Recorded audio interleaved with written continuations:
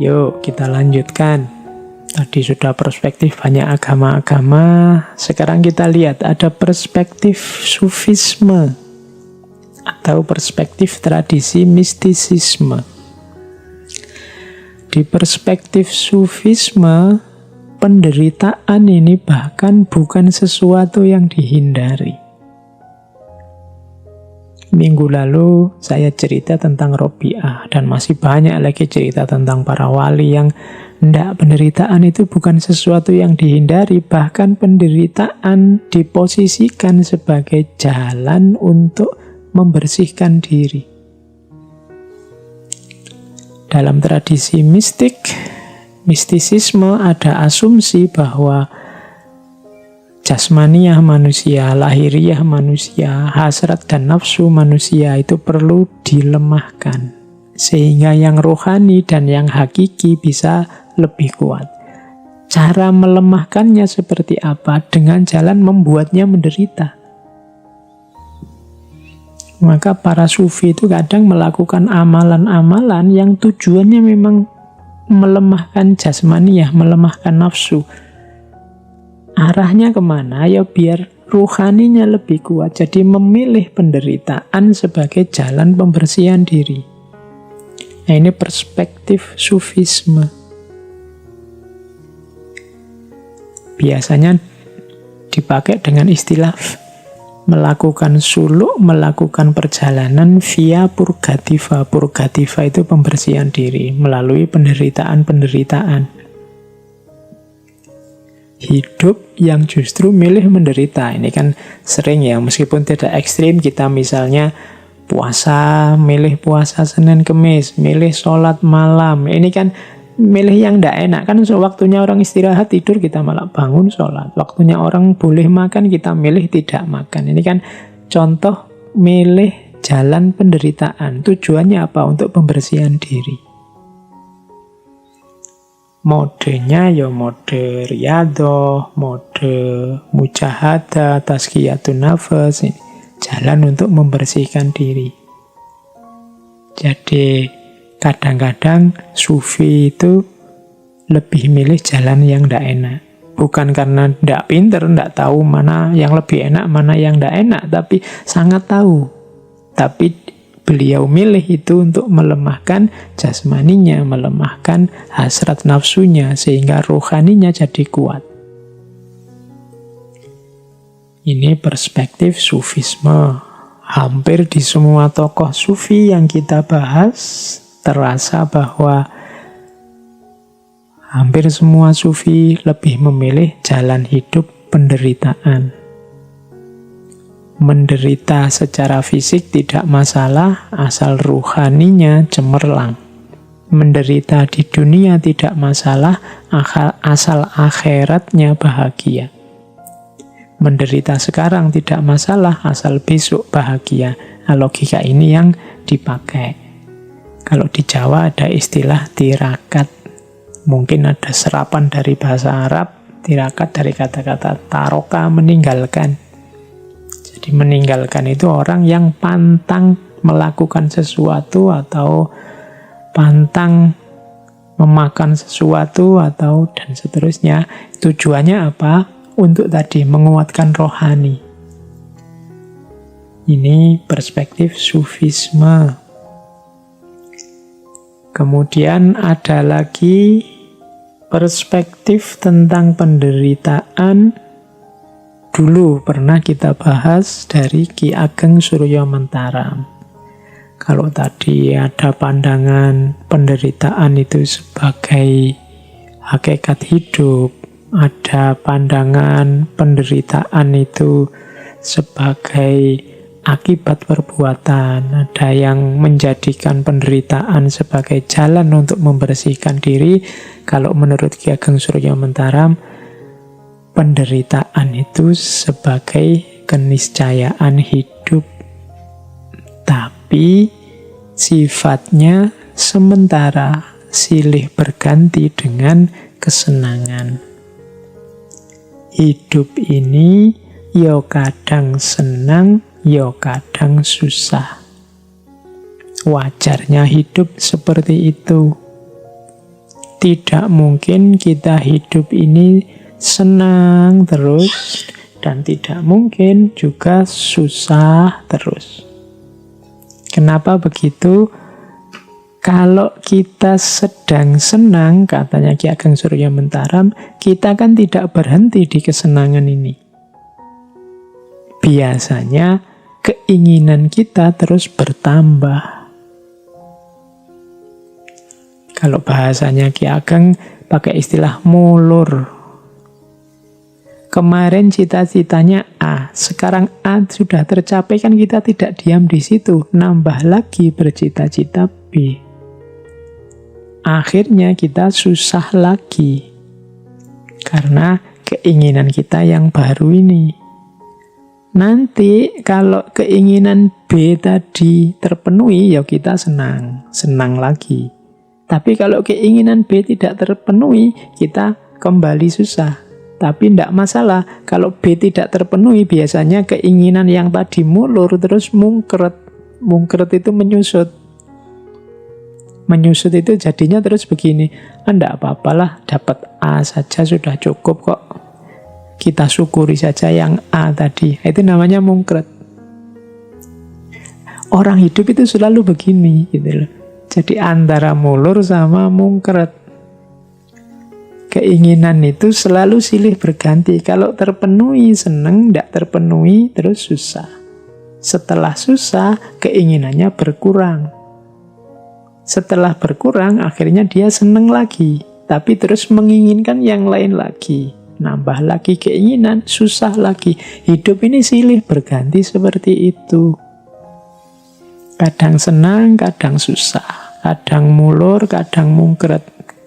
Kadang mengembang, kadang menyusut.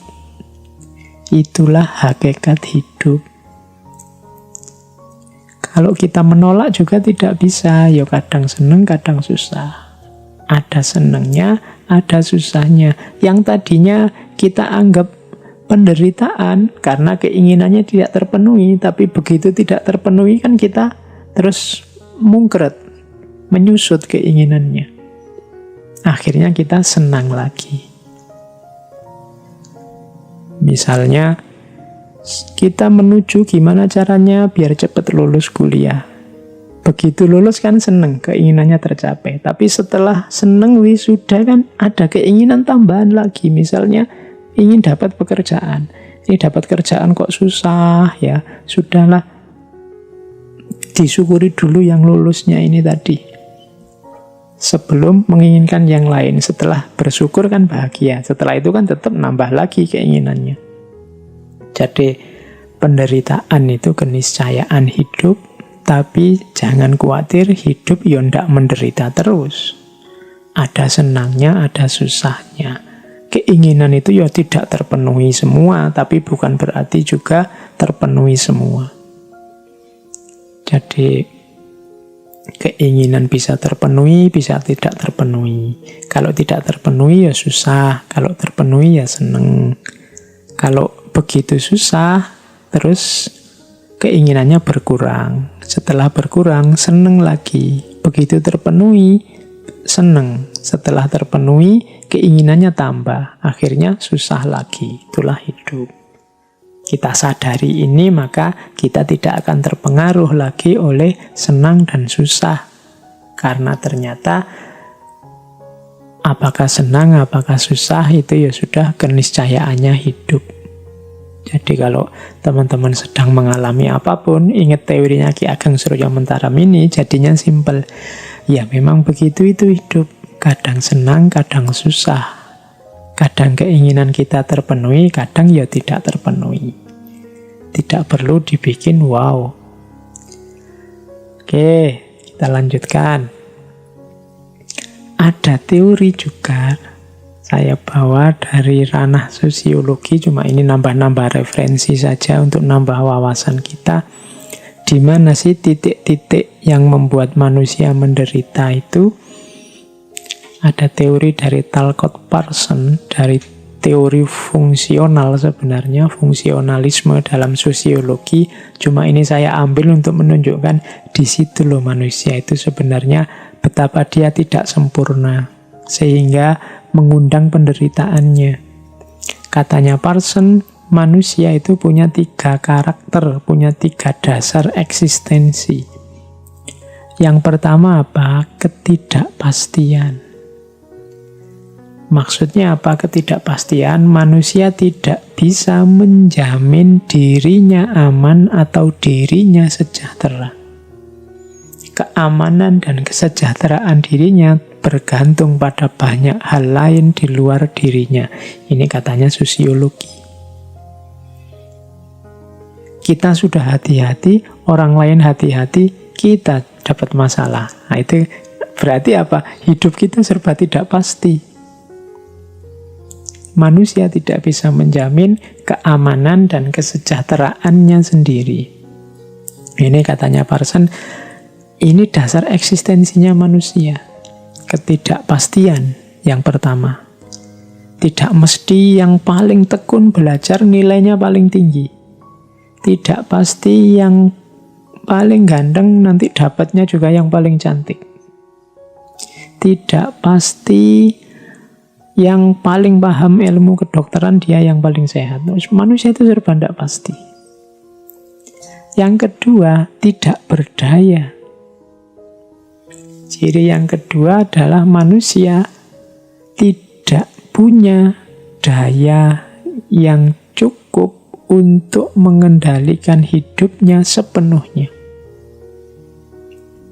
Ini seperti kalau kita mengusahakan sesuatu, itu kan kita tidak punya kuasa untuk hasilnya persis seperti yang kita inginkan.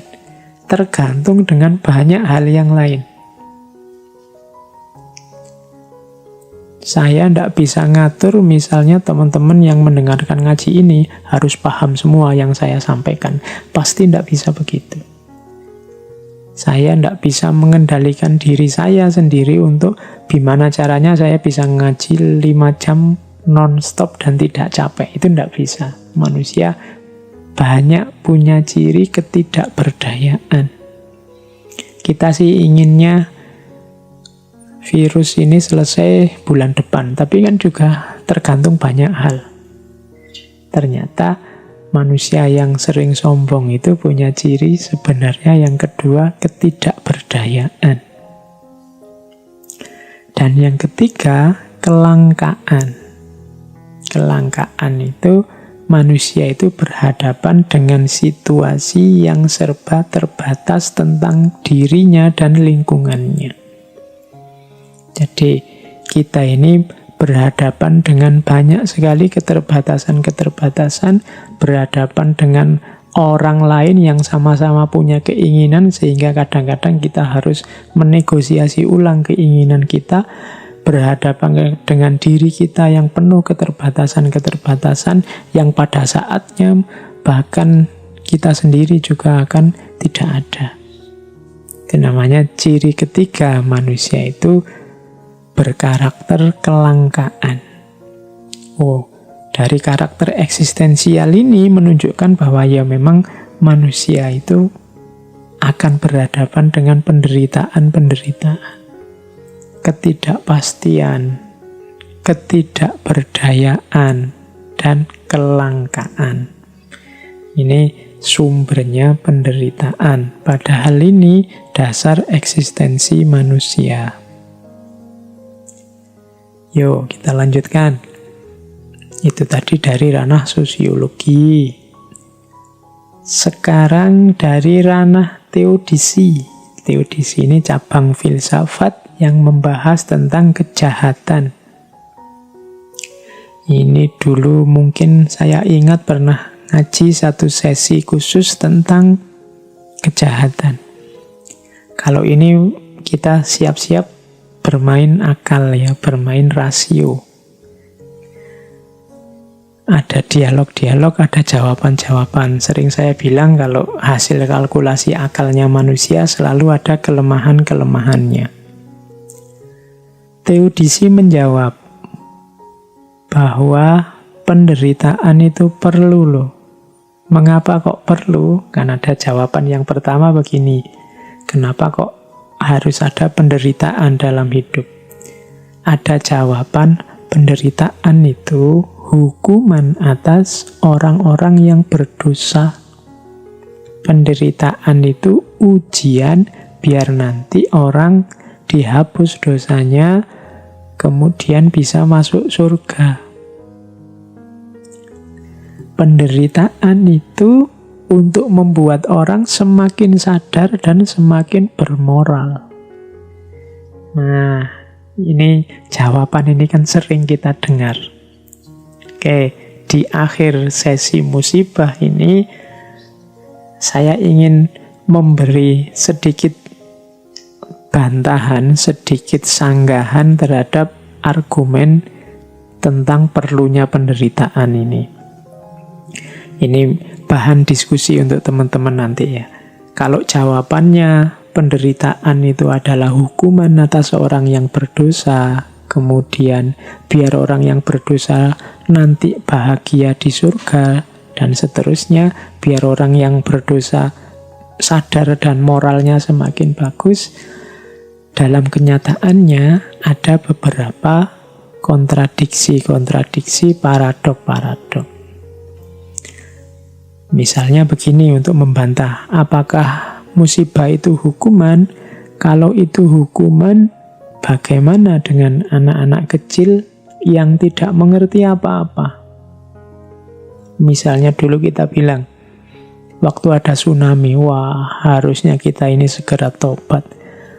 Kita sering dihukum dengan tsunami. Loh, kalau memang hanya hukuman alasannya adanya tsunami itu karena dosa-dosanya sudah berat sehingga dihukum dengan tsunami, lah wong banyak juga anak-anak kecil yang jadi korban. Banyak orang baik-baik, rohaniwan, agamawan, ulama yang jadi korban juga. Berarti tidak bisa dong disebut itu sepenuhnya adalah hukuman.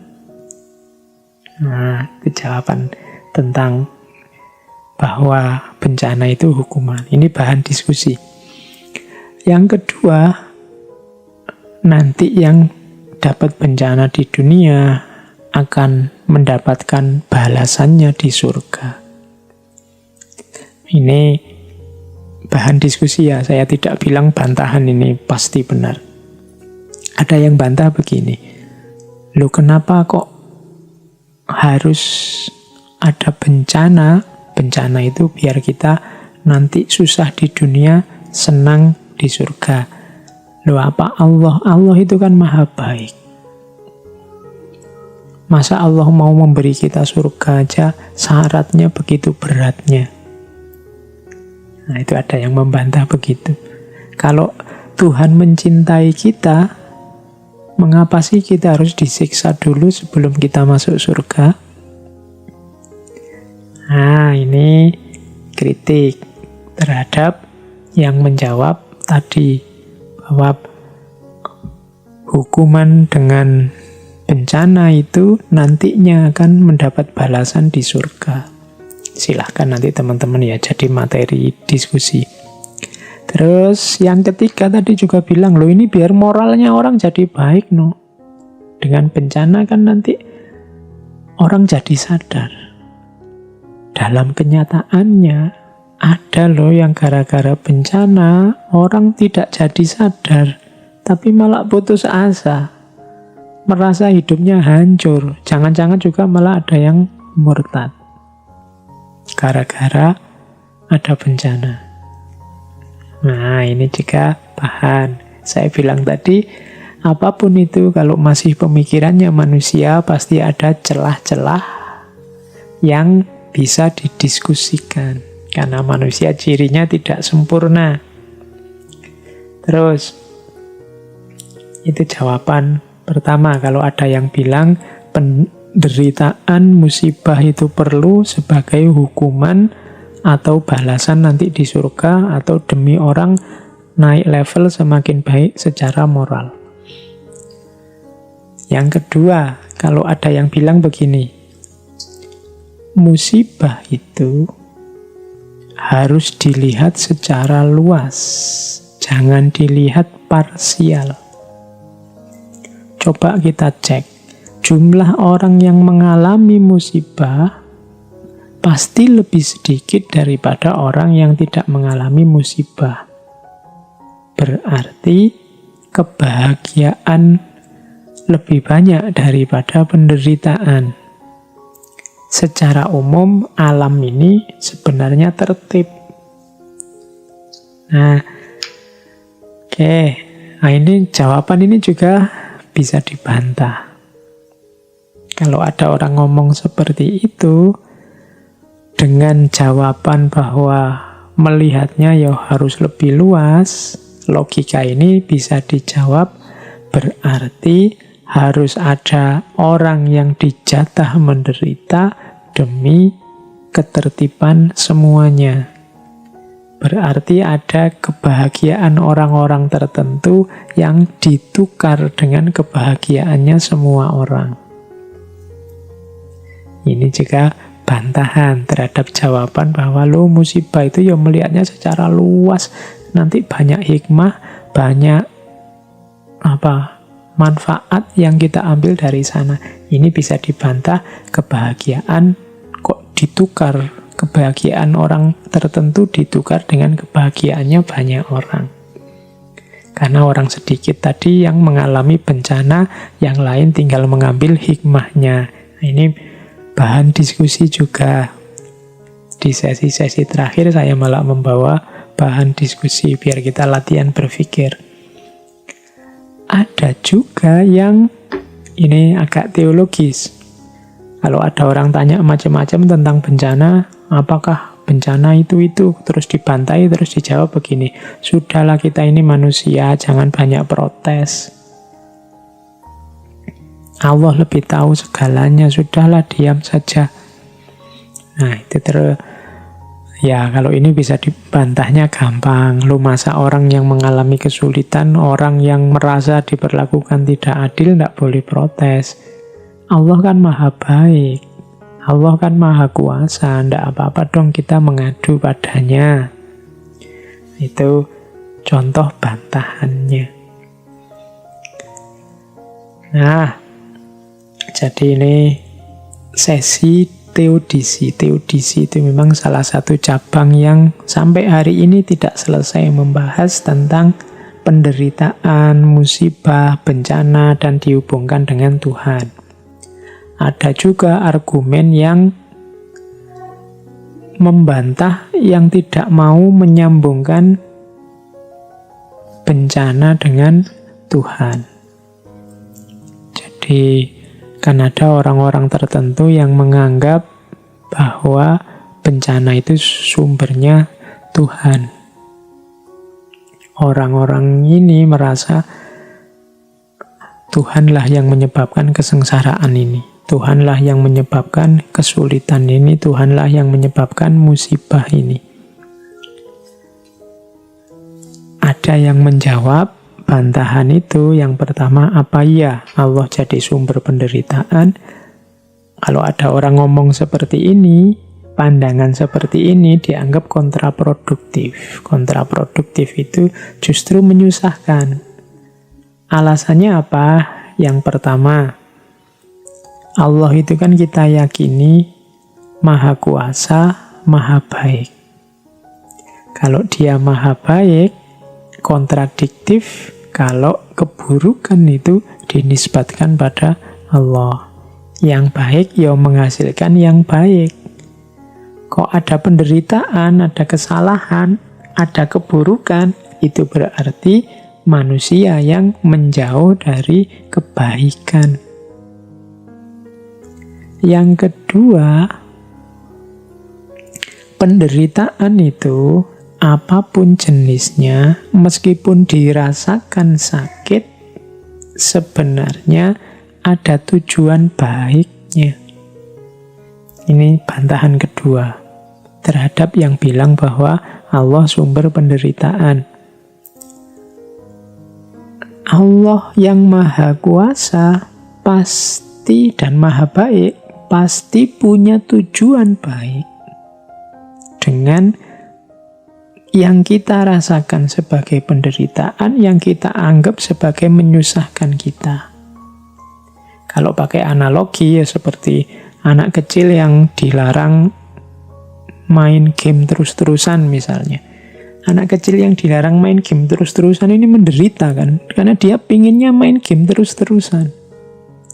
Orang tua yang melarang ini tahu kebaikan apa yang nanti akan lahir kalau dia tidak terus-terusan main game. Meskipun oleh si anak dianggap sebagai penderitaan. Biar saja dia menderita sekarang karena dia akan mendapatkan manfaat besarnya besok.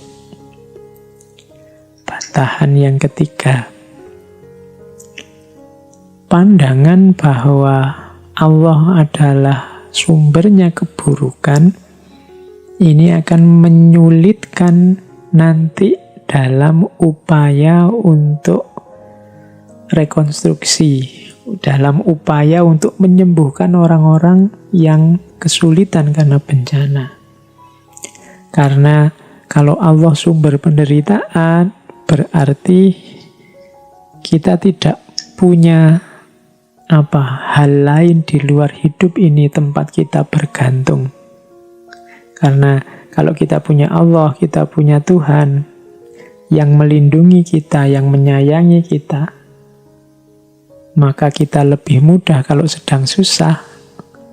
Target kita, tujuan kita, sandaran kita Allah. Tapi kalau Allah sudah kita jadikan sumbernya penderitaan, ya kita tidak bisa ke sana lagi untuk keluar dari penderitaan. Kita tidak ada lagi yang memberi motivasi. Kita tidak punya motivasi, tidak punya target sandaran untuk mengurangi penderitaan yang kita rasakan. Lah ini sumbernya dari Allah. Apa bisa aku minta keringanan, apa bisa biar ini tidak jadi menderita, wong ini sudah keinginannya Allah. Nah, jadi ini argumen ketiga ini ingin bilang bahwa Allah jangan disebut sebagai sumber penderitaan, karena kalau kita sedang menderita, pelarian kita yang terakhir itu Allah, Tuhan. Kalau dia diposisikan sebagai sumbernya penderitaan, nanti kita tidak bisa lagi lari ke Allah saat menderita. Oke, itu dialog-dialog filsafat tentang penderitaan. Ya monggo nanti untuk bahan diskusi. Saya bilang tadi, pikiran-pikiran filsafat itu ya produk berpikirnya manusia, yang pasti tidak ada yang sempurna. Selalu ada titik-titik lemahnya tempat kita untuk mengkritisi. Saya lanjutkan dengan, ini agak menarik. Tadi tiba-tiba saya dapat referensi dari Mahatma Gandhi sebenarnya. Ada, katanya Mahatma Gandhi, ada 7 dosa, ada 7 kesalahan kita, yang 7 ini nanti akan jadi sumber penderitaan kita dalam hidup. Ini 7 dosa ini saya bawa karena agak populer, mungkin manifestasinya ada dalam kehidupan kita sehari-hari kali ini. Yang pertama apa? Penderitaan kita hari ini banyak muncul dari antara lain, nomor 1, politik tanpa prinsip. Ini katanya Gandhi ya, politik tanpa prinsip. Politik itu tata masyarakat, bagaimana cara mengatur kehidupan bersama. Kalau dia tanpa prinsip, kalau dia hanya berdasarkan kepentingan-kepentingan sesaat, keinginan-keinginan sementara, tidak ada prinsip-prinsip, yang terjadi ya kekacauan. Kalau itu kekacauan, pasti melahirkan penderitaan. Jadi dosa pertama yang menjadi sumber penderitaan adalah politik yang tanpa prinsip. Yang kedua, sumber penderitaan adalah bisnis tanpa moralitas. Usaha bekerja yang tidak menggunakan moralitas. Kalau bisnis biasanya hanya melihat untung dan ruginya. Ini juga nanti akan jadi sumber penderitaan. Yang ketiga, pengetahuan yang tanpa karakter. Orang-orang pinter, orang-orang berilmu yang tidak punya karakter. tidak kelihatan wajahnya seperti apa. Sehingga ilmu pengetahuan hanya dipakai untuk menjustifikasi kepentingan-kepentingan keinginannya sendiri. Yang keempat, sains tanpa kemanusiaan. Ilmu pengetahuan atau sains yang dikembangkan dengan tidak mempertimbangkan nilai-nilai kemanusiaan. Ini nanti juga akan melahirkan penderitaan. Beberapa kritik terhadap sains modern kan sudah menunjukkan itu. Misalnya sains yang hanya melahirkan manusia-manusia yang kayak robot, sains yang hanya melahirkan destruksi terhadap peradaban, sains yang melahirkan bom nuklir yang menghancurkan, sains yang menghasilkan, dan lain sebagainya. Sains tanpa kemanusiaan. Jangan lupa juga 7 dosa sumbernya penderitaan adalah kekayaan yang tanpa kerja. Kekayaan yang tanpa kerja simbol kemalasan.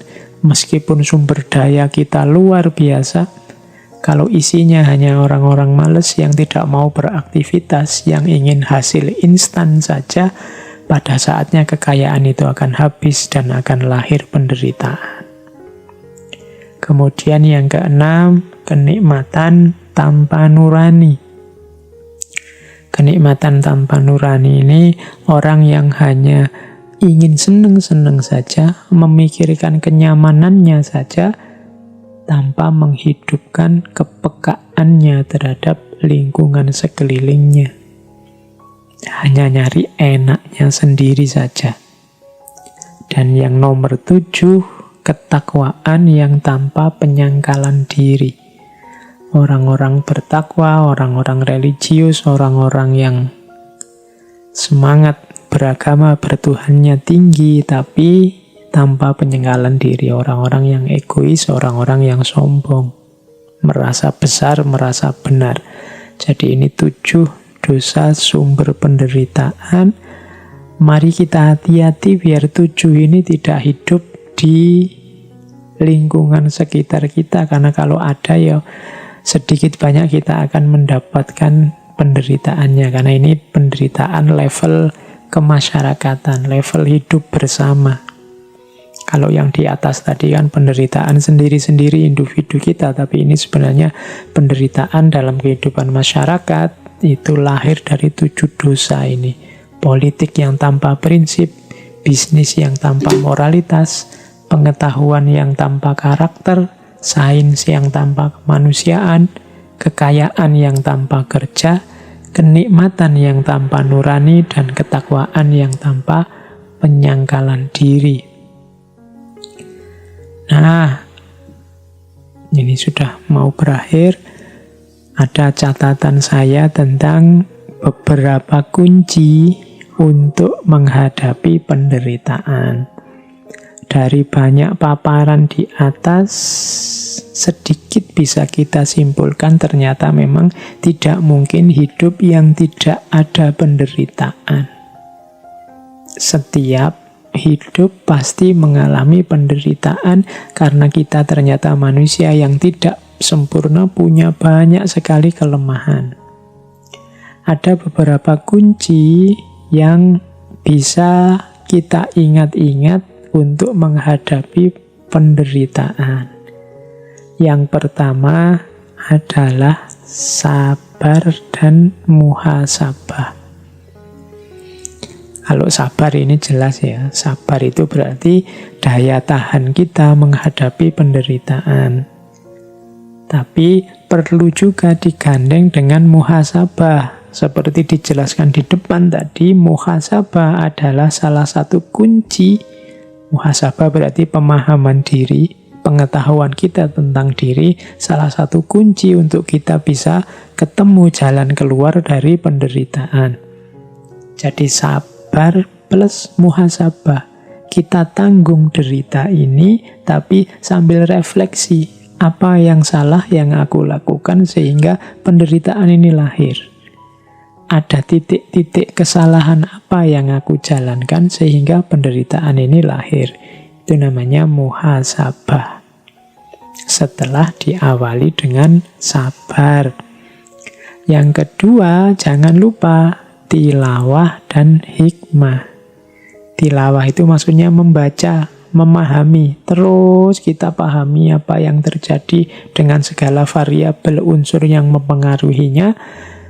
Setelah kita paham, barulah kita rumuskan hikmahnya. Merumuskan hikmah itu berarti mengambil manfaat dari yang terjadi, meskipun bentuknya penderitaan.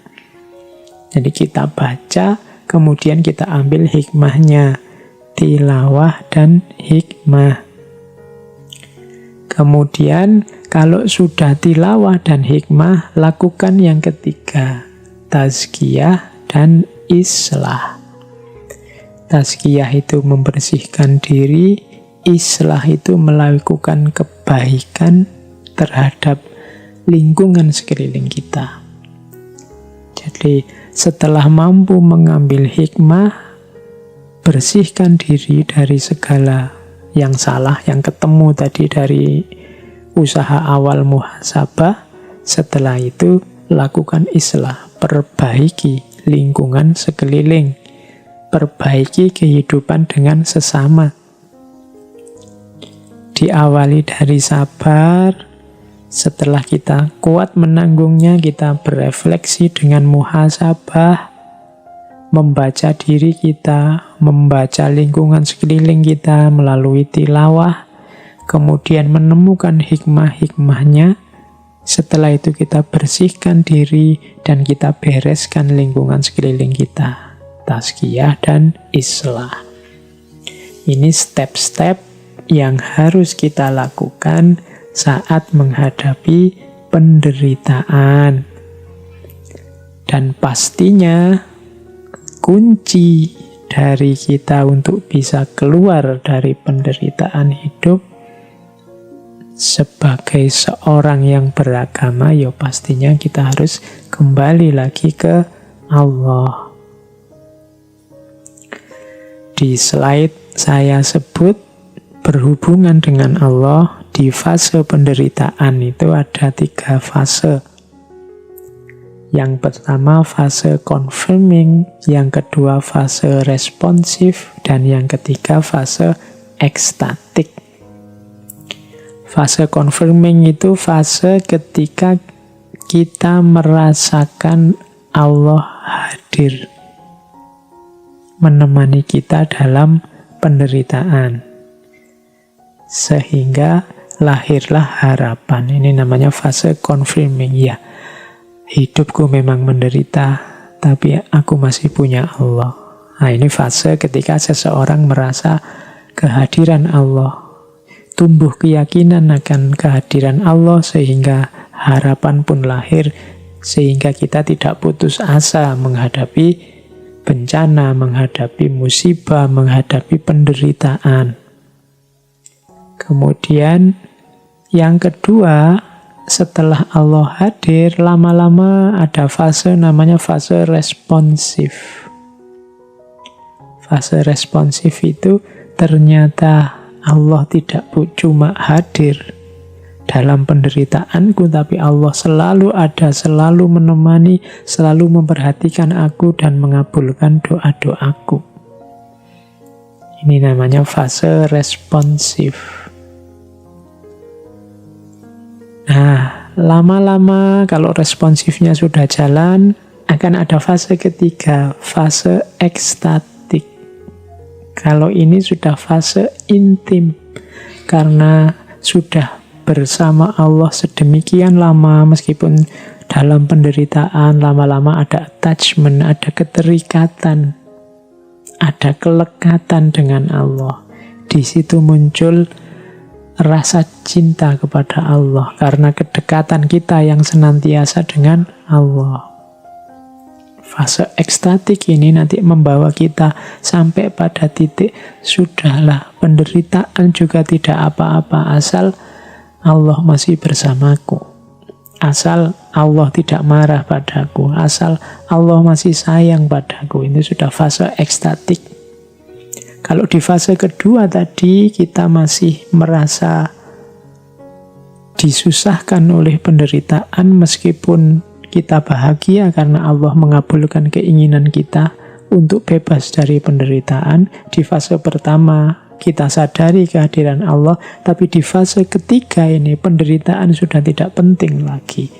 Yang penting hanya Allah. Ini fase ekstatik. Seperti ketika Kanjeng Nabi setelah mengalami penderitaan yang luar biasa, ditinggal wafat paman beliau, istri tercinta, kemudian dakwah ke Taif dilempari batu berdarah-darah. Tapi Kanjeng Nabi sudah melampaui fase ekstatik, sehingga bagi Kanjeng Nabi yang keluar dari mulut beliau adalah in lam takun ghadiban alayya fala ubali. Kalau asal engkau tidak marah padaku ya Allah, tidak masalah. Aku menderita, tidak apa-apa. Hidupku sengsara, tidak apa-apa. Asal engkau ridho, asal engkau tidak marah padaku ya Allah. Itu fase ekstatik. Ketika Allah lebih penting daripada hidup kita, daripada penderitaan yang kita alami. Tidak masalah penderitaan, tidak masalah hidup kita susah, asal Allah ridho. Nah, ini orang yang sudah nyampe pada fase ekstatik. Jadi di titik ini, penderitaan berarti akan membawa kita ke dalam hadirnya Allah, keakraban kita dengan Allah, dan bahkan kemelekatan kita dengan Allah. Ini menurut saya hikmah yang paling luar biasa, anugerah yang paling besar yang bisa kita raih dari hidup yang berciri penderitaan ini. Oke, teman-teman, saya kira itu ya sesi kita kali ini tentang penderitaan. Itu ada beberapa quotes yang saya bawa. Cuma ini mungkin quotes ini dibaca terpisah-pisah dari narasi sebelumnya, karena ini mungkin konteksnya harus pas. Misalnya quote dari Timothy Leary. Dia bilang, all suffering is caused by being in the wrong place.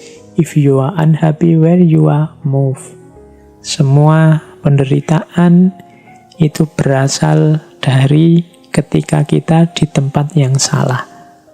Maka saat engkau tidak bahagia di tempatmu, ya bergeraklah, move on lah. Nah, itu maksudnya. Jadi, ya penderitaan itu berarti kita salah ruang, salah waktu, salah posisi, salah porsi, salah situasi. Untuk mengatasinya apa? Move on. Jadi, pindahlah, bergeraklah. Jangan di situ terus, ganti situasi. Karena engkau sedang salah situasi. Ayo gunakan quote ini sesuai ruang dan waktunya. Karena kadang-kadang memang yang membuat kita menderita itu kita salah posisi, salah porsi, salah menempatkan diri, dan seterusnya. Berarti jalan keluarnya ya move on, pindahlah, jangan di situ. Atau jangan begitu lagi, jangan melakukan itu lagi, dan seterusnya.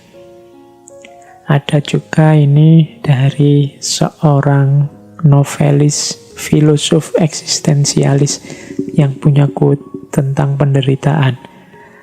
Pain and suffering are always inevitable for a large intelligence and a deep heart. The really great man must, I think, have great sadness on earth. Fyodor Dostoyevsky. Katanya Dostoyevsky, rasa sakit dan penderitaan itu selalu tidak terhindarkan bagi orang-orang yang akalnya besar dan hatinya dalam.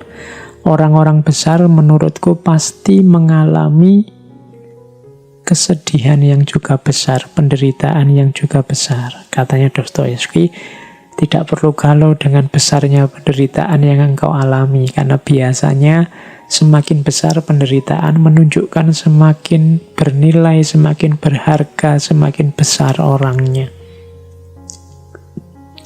Orang-orang besar itu perjuangannya lebih keras, penderitaannya juga lebih besar. Menurutku, katanya Dostoyevsky, great men must I think have great sadness. Semakin besar penderitaan menunjukkan semakin tinggi, semakin besar orangnya. Nah, itu menurut Dostoyevsky. Jadi kita tidak perlu galau kalau kok porsi penderitaan hidupku lebih besar. Jangan-jangan memang kita ada bakat jadi orang besar atau mau jadi orang besar. The great man must I think have great sadness on earth. Nah, quote ini bisa dipakai untuk membesarkan hati kita. Terus ada juga quote, part of our human suffering is caused by our unwillingness to change along with the change around us. Don't fight change, embrace it. Sebagian dari penderitaan kita itu disebabkan oleh ketidakmauan kita untuk berubah bersama dengan lingkungan sekeliling kita yang sudah berubah. Jangan melawan perubahan, rangkullah perubahan, peluklah perubahan. Quotes ini ingin bilang, ayo kita refleksi, kadang-kadang penderitaan itu lahir karena kita yang tidak mau berubah. Sementara lingkungan sekeliling kita sudah berubah.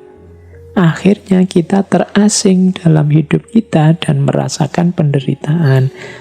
Maka jangan melawan perubahan, tapi peluklah perubahan itu.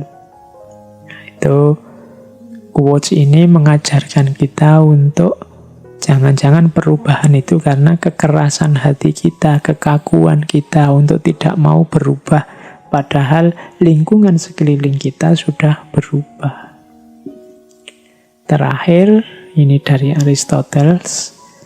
Suffering becomes beautiful when anyone bears great calamities with cheerfulness, not through insensibility, but through greatness of mind.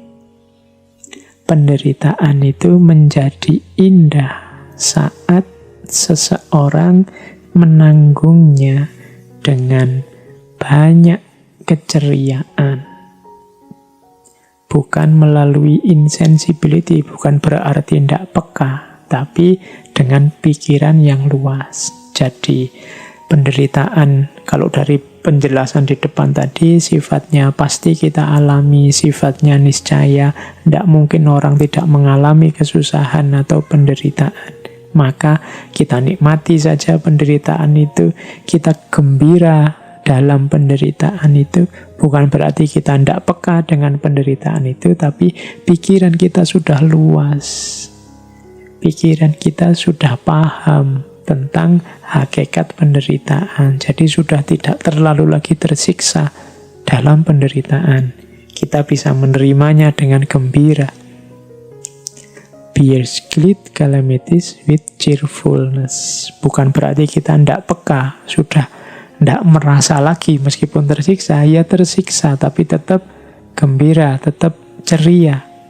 Kenapa? Karena pikiran kita sudah luas, wawasan kita sudah menjangkau, sudah paham apa itu penderitaan, sehingga tidak terlalu digelisahkan lagi.